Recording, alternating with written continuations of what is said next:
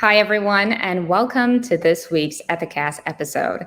I'm Aarti Maharaj, Vice President at Ethisphere.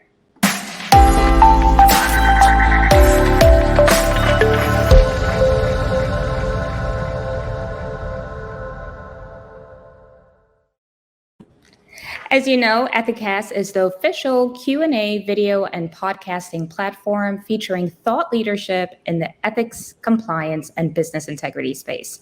In this week's episode, I am excited to be speaking with Dr. Katharina Weghmann, EY Global ESG Leader, Forensic and Integrity Services, and Partner Assurance at EY.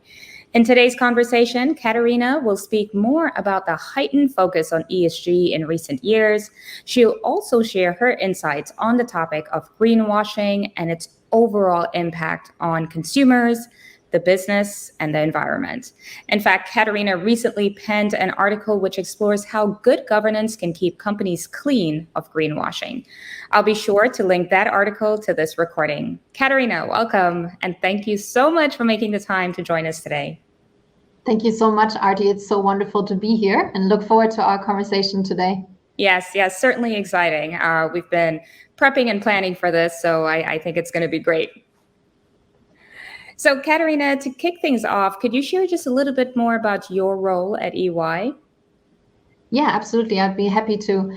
I'm the global ESG forensics leader for EY, but I think it's more important to maybe understand why we created a role like this. And with that, I probably want to go back to 2 years ago, or it's almost 3 years ago now, where we noticed as EY, our role, of course, in building trust and confidence is incredibly important for pivoting towards a sustainable future and supporting businesses around the world on their sustainability journey. And with that, of course, as a global forensics practice, we noticed quite quickly, what does that mean for us? Like, what does that mean, how we can serve our clients on that journey to report non-financial data and non-financial performance? And so it's more around how can we serve the clients around the world with the challenges that they face, given that non-financial performance needs to be reported down the road. And given our role in society as a Big Four, it was a no-brainer to create that role. So what can I tell you about this role? For us, it's incredibly important to bring together the different pieces cross-functionally in our organization so that we can do the best possible job to support our clients around the world on that journey, because obviously for us, that's equally a Herculean task, just like for our clients. And so I have the joy and sometimes also the pain to be one of the facilitators to get all the different pieces together and trying to make sense of how we can serve best in a way. I don't know how that resonates, but that's a little bit how the role unfolded. Yeah, no, that's great, Katharina. I'm curious to know what personally got you involved in this role as well. Like, what were your motivators? What made you say, you know what, the ESG is the place I want to go? Yeah, so I guess it was a bit of an organic shift in my career because previously when I joined EY 7 years ago, I was more responsible around integrity and ethics and how do we support our clients with their integrity agenda. Most importantly, how do we measure integrity culture? And given my academic background and given the reasons as to why I joined EY to really fundamentally change the way in which we measure culture and the way in which we institutionalize integrity in organizations, it was a bit of an organic shift because for us in forensics, it became quite clear, and also in assurance more broadly, it became quite clear that the G in ESG is one of the most important topics in order to be successful. And governance, so the G in ESG, is of course one of the fundamental pieces to get going on this journey and to make sure that not just from a structural perspective, but also then how do you operationalize and measure governance is very much linked to the work that the team has done around integrity and ethics before. So to be honest, Aarti, I kind of just fell into this role. So it was an organic development of the successes of the team that I work with. And so I'm incredibly grateful that we of course as EY recognized how important is the governance piece in that space, and we are incredibly grateful to work on this topic and trying to figure out what are the best ways to get this off the ground in a powerful way. Yeah. And I think that's just the core of ESG, right? You want to make sure everything that you do on that front is organic. So I think, just using that and keeping that in mind, this really sets the context for today's conversation as we dive deeper into this topic. So I'll jump right into it from here. We've heard this question time and time again. And now I need to pose it to you, Katharina, based on your wealth of experience and expertise. In your view, is ESG considered a luxury, and how are companies assessing the risks and opportunities such as cost savings, increased sales, employer of choice, et cetera, across the ESG and the ESG pillars? Mm-hmm. Yeah, it's quite interesting. And to be honest, I would love to challenge this for a second, because I've also heard this a lot in the past 14 years. I've been thinking about ethics in organizations, it's just a luxury. But to be honest with you, if we dial back a little and unpack that a little bit, I think it's quite ironic that we even ask that question, if that's a luxury, because it's quite linked to also privilege, and also having the privilege to even ask that question. If we think about climate change, and if we think about the challenges ahead, and if we think about the scarce resources that we have and that we have to work with in businesses, obviously this isn't really a luxury for hundreds of millions of people, if not billions down the road. This is a necessity. And so I think for us as a business, not just as EY, but also for businesses in general, the question shouldn't be around whether or not this is a luxury. It should be more around what can we do as a business to be a force for good, and what can we do as businesses to contribute to the planet, and also think about concepts around post-growth, and not necessarily just have a risk perspective on these challenges and also really wicked problems that we're facing as business, but trying to get away from that paradigm that this is a luxury. This is, to be honest with you, a necessity. And the question is, what are we going to do about this? And how do we rethink the way that we do business? And how do we rethink the way that we think about our value chains? How do we rethink the way in which we work with our suppliers? What do we do to pivot in a meaningful way towards a sustainable future? And so I'm not sure what you think about this, but that's a little bit how I'm conceptualizing this right now. Of course, we're certainly aligned, because you have, some see it as a privilege, some see it as a luxury, some see it as a necessity. And the fact is, it is a necessity. And it really is a mindset. It's something you have to build into what you do and all of your actions and how you make decisions. So we're certainly aligned. And that actually takes me to the next question, and to zero in on trends. What have you seen across the industries as you think about this topic further? Have you seen any trends on this front that you can share with us? I think it would certainly help our Ethisphere community think about it at a much deeper level. Yeah, of course, be happy to. I mean, let's just tap into a couple of them, a couple of forces that we can see in the market around the world, which is also why we as EY, of course, are responding to those dynamics. So I think the first one is, of course, regulators, right? As a Big Four, and especially as assurance, we are very much focused to look at what our regulators doing around the world. And if we just look at the European Union for a second, obviously the CSRD directive and the way in which we're going to have to report on non-financial performance moving forward. This is, of course, one of the biggest pieces for us that we can see is influencing the way in which business is thinking about this, because now it's a regulatory requirement to report on ESG. The same is true for the US. Of course, we're still waiting until this autumn, it seems, what the SEC is going to do around climate regulation. But there's something in the pipeline, at least, so that also in the US market, even if it's quite politicized for the time being, how ESG is going to unfold, still the SEC is quite serious with their task force to push regulation down the road. And the same is true for Africa and Asia.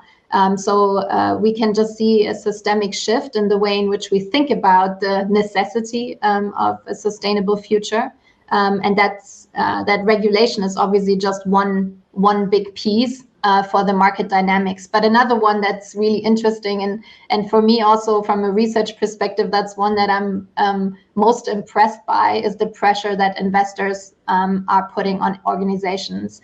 And the first time I noticed this was probably 3 years ago, also in the time when we were debating and thinking about what do we do and how can we serve our clients, is when after investor weeks, the C-suite is then calling in a very nervous way and wondering, okay, how are we going to now get better in our DE&I program? How can we measure culture? How are we going to set up our whistleblower program in a more effective way?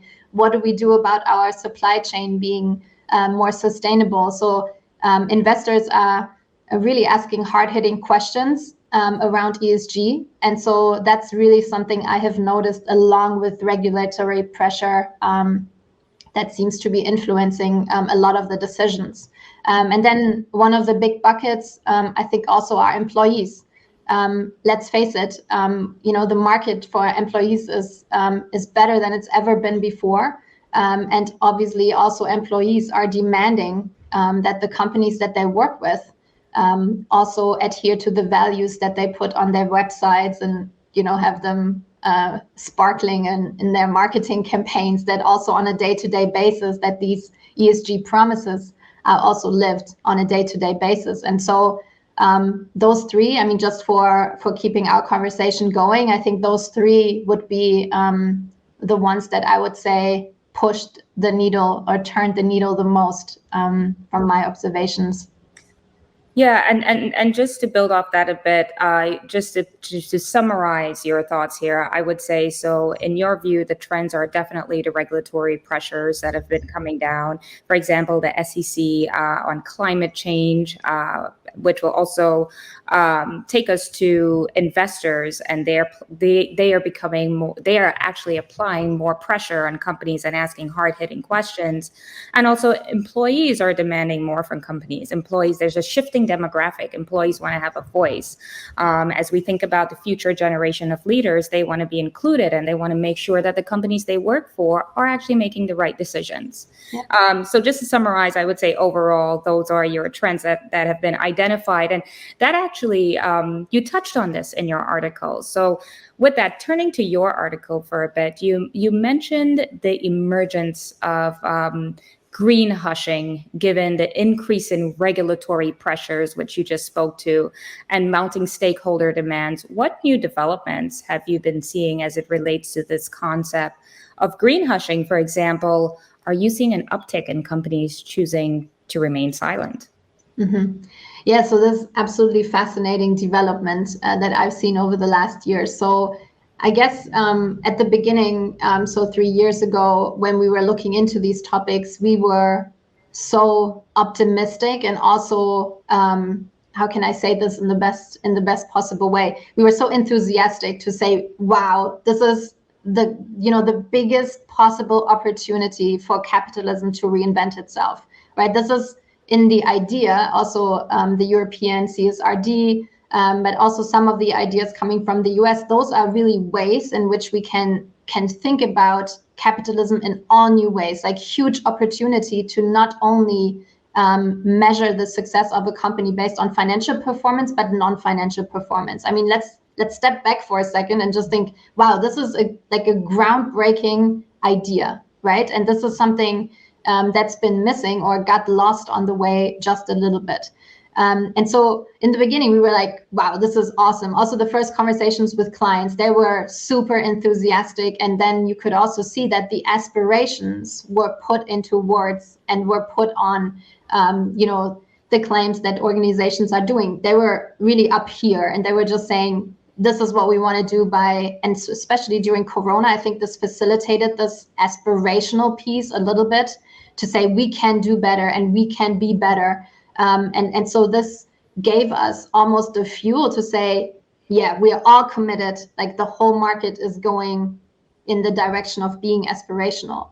But then if I look back now, the last couple of years, how this has evolved, you can see on the other side that those aspirations, if we take it from a legalistic perspective, and this is also how ESG is often now being interpreted and operationalized, if you look at it in those aspirations from a legalistic perspective, of course, it opens up the door for a lot of litigation and enforcement action. Because if you cannot follow through with proof, if you cannot follow through with data, and you can't really back up your claims and back up those aspirations with real reliable data to support that story, then of course, from a legalistic perspective, that opens up the door to tremendous risk. And that I can completely understand, that especially if general counsels or chief compliance officers, who often, of course, have the lens of a corporate defense for an organization, would then go, listen, everyone, this is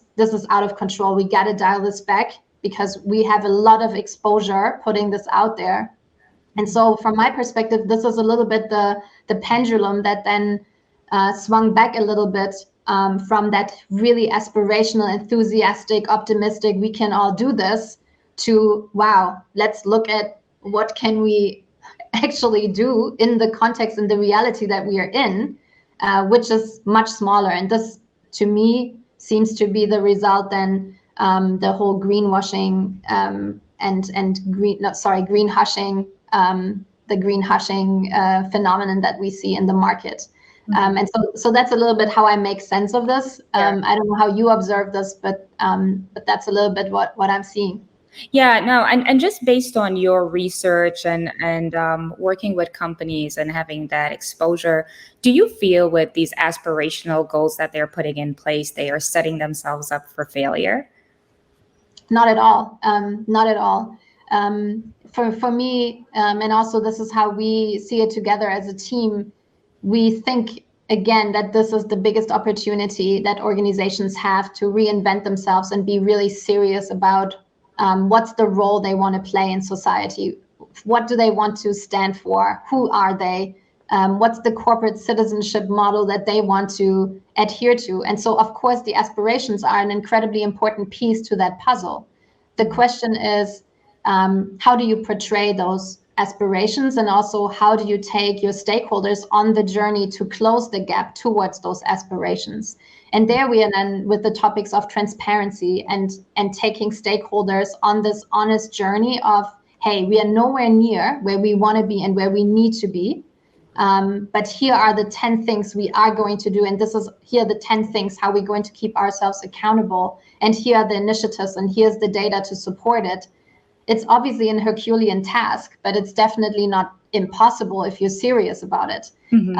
And so from my perspective, this really is just a really amazing opportunity to stick to those aspirations, because you're not going to get that opportunity again. And let's face it, once you see this as an opportunity and you move towards those aspirations, this is how you can make change happen. This is how you can reimagine your value chain, really from A to Z, to go through every step of the value chain and try to understand how can we move towards performance, how can we move towards becoming not just compliant, but really take this as an exercise to be better, to become better, and to innovate. Mm-hmm. And that's what's often forgotten, because now everybody, of course, is concerned about compliance. Well, let's face it, the leading companies and the leading organizations that we work with, they see this as a massive opportunity and driver for change, and also source for innovation, because it really can happen. Yeah, and that's what we do. We challenge each other to be better. You used a really good word, which is aspirational goals can help companies reinvent themselves. And I think that's just such a great point.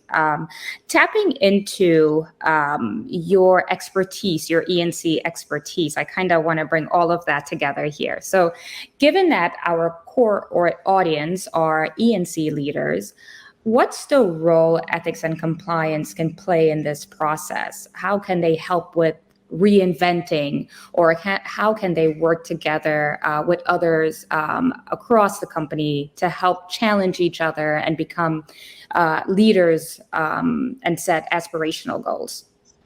Yeah, so I think this is, like I said earlier, once in a lifetime opportunity also for them to position themselves as the leaders who are going to make this shift happen. And so before, I think sometimes we were in a situation where, some of these functions are struggling with having legitimacy and having the support and the resources available to them to really put their agenda forward.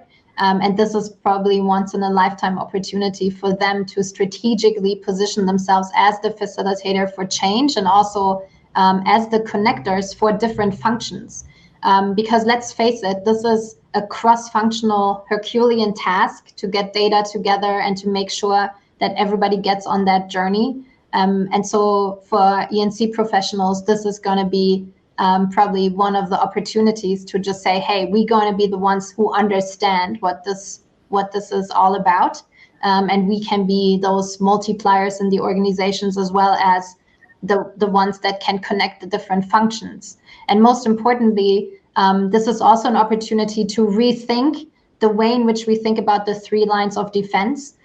So from our perspective, very much back to my point earlier, to not just think from a corporate defense perspective, but to an opportunity perspective. How can you reimagine the 3 lines of defense to a 3 lines model, or even 3 lines of offense? How can you have an integrated risk management around this? How can you make sure that you think about the way in which you effectively manage those risks, but also take this as an opportunity and capture those opportunities and making sure that the organization engages with them? Because it's not just a risk to be managed, it's also a massive opportunity for innovation, massive opportunity to get the best people in the world to join you on that journey. So this is probably where I see the most leading practices around this, how E&C leaders can play a big role. Mm-hmm. And that takes me to another point here, Katharina. Certainly all great insights that you've been sharing. And I feel like you and I could go on and on talking about this for hours, because it's one of those topics that deserves a lot of conversation around and research and a high level of expertise like what you possess. As we think about the next level, pushing the boundaries a bit here, research suggests that ESG reporting frameworks are at a very early stage of development. In your view, what can company leaders do to move to the next level on their ESG journey? And by the way, you mentioned the word journey early on, so I think this sort of buttons up that conversation focused on the next phase of the ESG journey. Mm-hmm. Absolutely. I mean, you're probably not going to be surprised that the first thing I would say is around governance. And governance, not just from a structural perspective and the G and ESG, but really think about it from how you're going to institutionalize sustainability and what does that mean for you in an organization. And to be honest with you, again, it's not necessarily about creating a new silo around the function of sustainability, but really embedding it into the organization and who you are as a company. And so this is a chance, again, to think about governance from a formal setup and how do we structure our functions, how do we work together, how are we going to institutionalize this? But the second piece then, of course, is around governance and operationalizing the G in ESG. And that, of course, is a whole different ball game, which then would lead me to the second point around data quality. Data quality, I couldn't emphasize this enough, is probably one of the biggest struggles that our clients have, given the diverse system landscape, IT landscape that they face. You know, a lot of them have legacy programs and legacy systems with which they can't necessarily have integrated reporting. But this is really the essence, like following from the governance topic. How do you operationalize it? But then also, how do you set systems and processes and controls in place in a way that your stakeholders can trust that data? Because as I said earlier, it's about bringing stakeholders on that journey and making sure that they can trust what you say is true. And so one big piece, of course, is how do you collect the data? How do you make this meaningful and, most importantly, reliable data so that everybody can see that you're serious about this journey and you're serious about closing those gaps over time that you are seeing if you look into your aspirations. And then the third part, and of course I love talking about that topic the most, is around culture. You have to make sure that this is embedded in everything you do as an organization. So it doesn't stop by just having an initiative for ESG reporting or having an initiative around looking at your value chain end to end. But it's also about how do you make sure that this is embedded in the way in which you recruit, in your entire HR life cycle. How do you promote people? How do you have succession planning in place for your organization? How does learning and development come into play? Really making sure that this is part of who you are as an organization. And so, of course, it doesn't stop with just getting on that journey and then being compliant and reporting. But it's also about bringing everyone inside the organization on this journey and making sure that everyone is part and also committed to this journey. Yeah, so it's a continuous journey, continuous improvement. And just to summarize your point there, it's not so much focused on a series of one-off exercises. This is something that should happen over the course of a couple of years, because that is just part of the journey altogether. Yeah. You learn, you pick yourself up, and you continue on. Exactly. And most importantly, you learn from each other, right? So I think that's a very big part of it. I want to speak to collecting the data piece that you highlighted, but you know what? I'll put that on the back burner for a bit, and I'll take that up a little bit later. But just in the interest of time, Katharina, because I know you're extremely busy, and again, I thank you for making the time to chat with us. But as we wrap up today's conversation, I'd like to turn the focus to EY's recommendations for the community. So in your view, what are some ways do you recommend that GCs and CLOs can educate themselves and their teams on ESG, greenwashing, greenhushing? And could you also share some internal and external resources that you think would be useful to them? Yeah, so probably I would differentiate between formal learning and informal learning for a minute. So the formal learning, and there I have to wear more of my professional hat and my assurance hat. There are, of course, a lot of formal resources available to understand what are the requirements for you in your role. What are the requirements also from a legal perspective that you need to adhere to?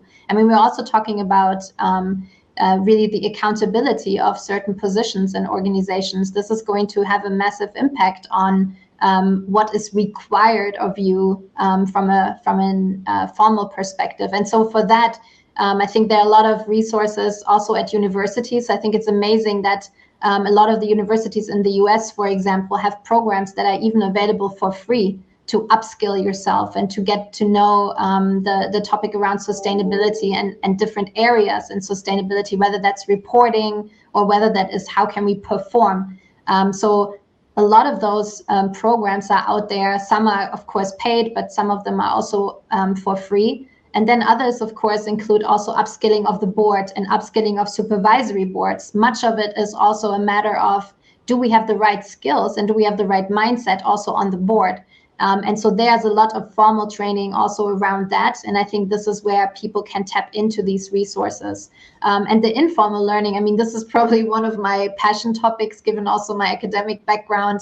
I'm obsessed with podcasts. I don't know about you, Aarti, but obviously podcasts are the way to go if you want to learn anything. Yeah. So I think there's so many that I'm just, when I'm walking or when I'm, commuting or going somewhere to clients. I mean, podcasts are probably a huge inspiration, right? And a huge source of all types of topics that you could imagine in the area of ESG or sustainability. So that's something where I would definitely get people to tune into. And then, of course, LinkedIn is also a good resource to see what are others doing. But then, of course, also communities of practice, right? I mean, a lot of the work that you do, it's absolutely amazing to create spaces where practitioners can talk and have a safe space to talk to each other, learn from each other, bounce off ideas from each other. So I would also say in that informal learning space, creating communities of practice and making sure that you reach out to others in the community, because let's face it, it's a collective a collective effort, and that's where a lot of opportunities are out there to engage with others. Mm-hmm. And the best guidance and candid conversations happen in those communities, those knowledge sharing sessions. Question for you, Katharina, do you have any specific favorite podcasts that you can recommend? I have so many, but my favorite, let's say the top three. So my number one favorite podcast is from Nicolai Tangen from Norges Bank Investment Management. This is really my favorite podcast. I don't know if you heard it. It's in good company. I've heard about it, yes. Yeah, yes. So can only recommend it. It's absolutely amazing. And also Nicolai Tangen's claim is that ESG is just common sense. He doesn't understand the whole political issue around it. And I would agree with them. So I think this is a really cool podcast that I could recommend because he's talking to CEOs from his portfolio. And the second one is definitely Michelle Obama's podcast. I think that's really, for me, it was quite inspiring to hear her and hear about her journey and hear about also the struggles that she has, not just in her career, but also personally, and how she talks to people in her direct environment. And then, of course, Adam Grant's podcast is also, really, really cool.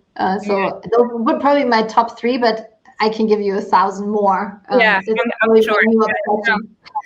Those are some great ones. I've actually heard a lot of our own members speak to those. So that's certainly solid recommendations. You mentioned that there's informal and formal resources. So just looking at the formal for a minute, wearing your academic hat, I thought it was really interesting that you mentioned, credibility, authenticity. That's very important.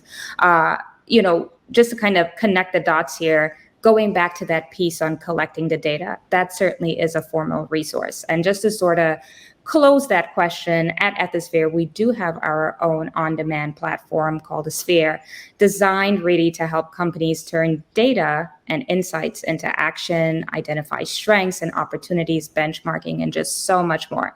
We have specific ESG data and expert analysis, just like this conversation that's going to be featured. That's certainly worth checking out, and I'll link more to that on this platform.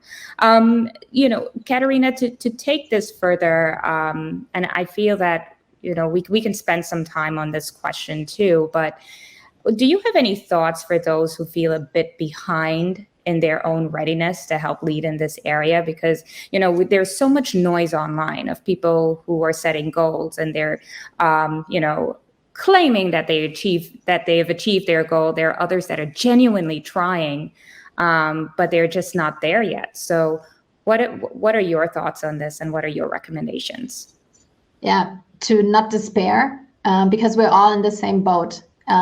This is a collective challenge, and yes, there are, of course, researchers, scientists, and also practitioners who have been in this field for decades, right? I mean, also my colleagues from our awesome sustainability practice, they have been in this business for a long time. And so, of course, there are some few pockets who are experts in this field. But let's not forget, the majority of us, we are not experts in this, including myself. And so the idea is to not worry at all that you're behind. The whole power of learning is that you're always ready and open to learn something new and to tap into spaces that you haven't been before, and be curious about, hey, what can this person or that field or this discipline, how can this help me in my challenges? And so I would absolutely say to not despair and not worry about being behind. It's really a good space to be in, and also to just follow your pace, right? I mean, this is what I know from my academic background and what I've learned from the many mentors that I had, to really trust the process and making sure that everybody feels comfortable in their own pace. You just heard from Dr. Katharina Weghmann, EY Global ESG Leader, Forensic and Integrity Services, and Partner Assurance at EY. Katharina, it was such a pleasure having you here, and the work that you all are doing and sharing is really helping us collectively grow in this space and make a difference.